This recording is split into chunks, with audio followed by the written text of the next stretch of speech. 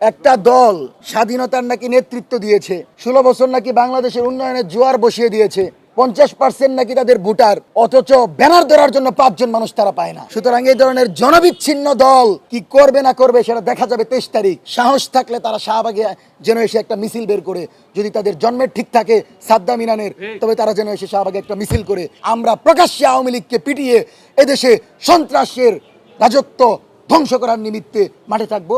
এবং আমরা মনে করি আমাদের এবং সরকারের সম্মিলিত প্রচেষ্টার মাধ্যমে 23 তারিখ আওয়ামী লীগের সকল ষড়যন্ত্র রুখে দিব ইনশাল্লাহ।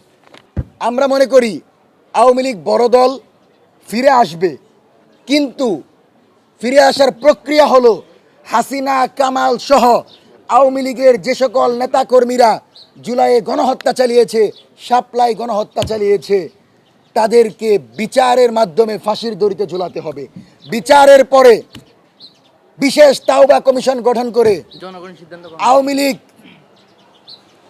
তাদের নেতাকর্মীরা প্রকাশ্যে এসে ক্ষমা চেয়ে নতুন নামে যদি রাজনীতি করতে চায় এবং সেখানে যদি কোনো সন্ত্রাসী না থাকে, সেখানে যদি জুলাইয়ের সমর্থকরা থাকে, তবে তারা রাজনীতি করতে পারে।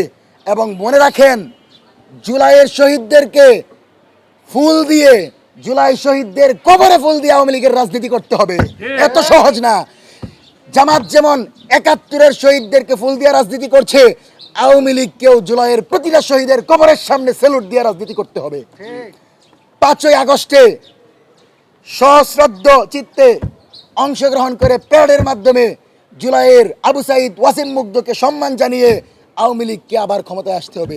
যদি তারা জুলাইকে স্বীকৃতি দেয়, যদি তারা হাসিনাকে ফাঁসির দড়িতে ঝুলানোর পর উদযাপন করতে পারে, যদি তারা মনে করে তারা জুলাইকে স্বীকৃতি দিয়ে এদেশে গুম খুন রাজত্বের বিরুদ্ধে নতুন রাজনীতি করবে, তারা আসবে, নতুন নামে আসবে। কিন্তু হাসিনার মাধ্যমে আওয়ামী লীগ ফিরে আসবে, এটা কোশ্চিনকালেও সম্ভব না।